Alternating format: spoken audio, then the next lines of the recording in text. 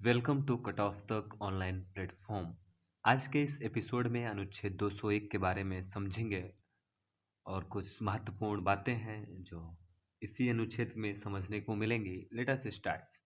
अनुच्छेद 201 का प्रोविजन है कि विचार हेतु आरक्षित विधेयक। ये सिंपल सी बात है अनुच्छेद 201 की। अब मसला ये है कि किसके विचार के लिए आरक्षित विधेयक। तो दो बातें इसमें फर्स्ट समझ लेनी चाहिए। फर्स्ट बात तो ये है कि जो विधेयक है इसको आरक्षित कौन करेगा। तो आरक्षित करने का काम गवर्नर साहब का होगा। और किसके लिए आरक्षित करेंगे, तो ये आरक्षित करेंगे देश के ऑनरेबल प्रेसिडेंट साहब के लिए। अब प्रश्न है कि विधेयक आरक्षित क्यों किया जाता है।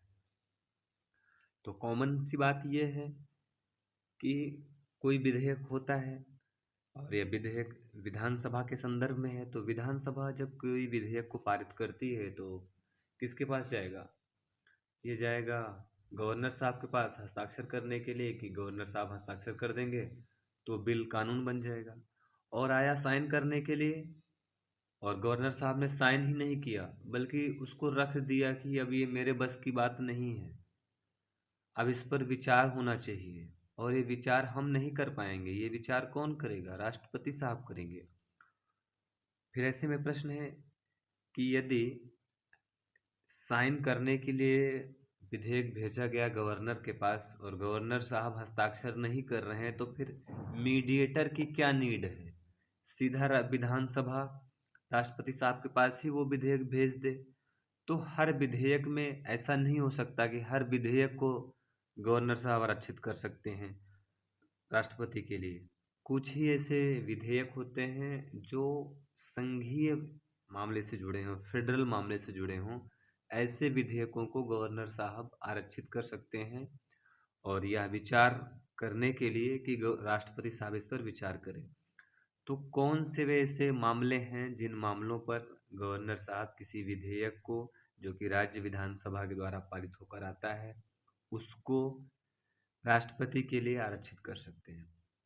कुछ मामले हैं जिनको हम समझते हैं, जैसे ऐसे मामले जो राज्य विधानसभा के द्वारा उसके अधिकार क्षेत्र में ना आते हों, उन कामों को राज्य विधानसभा करने लगे। जैसे अब कोई राज्य है वो कह दे कि अब हम, मान लीजिए उत्तर प्रदेश है, उत्तर प्रदेश को 4 भागों में बांट करके 4 नए राज्य बना देंगे।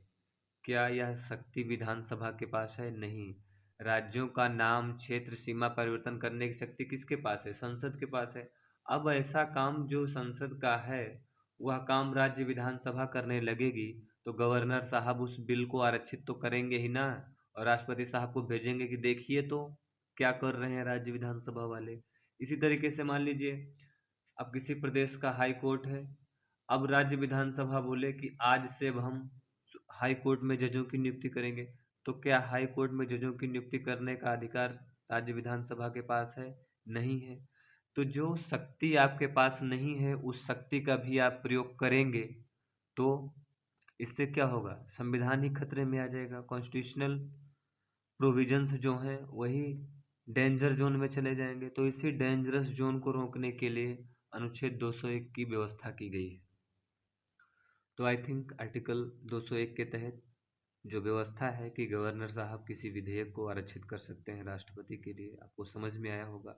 इस उम्मीद के साथ इस एपिसोड में इतना ही। धन्यवाद।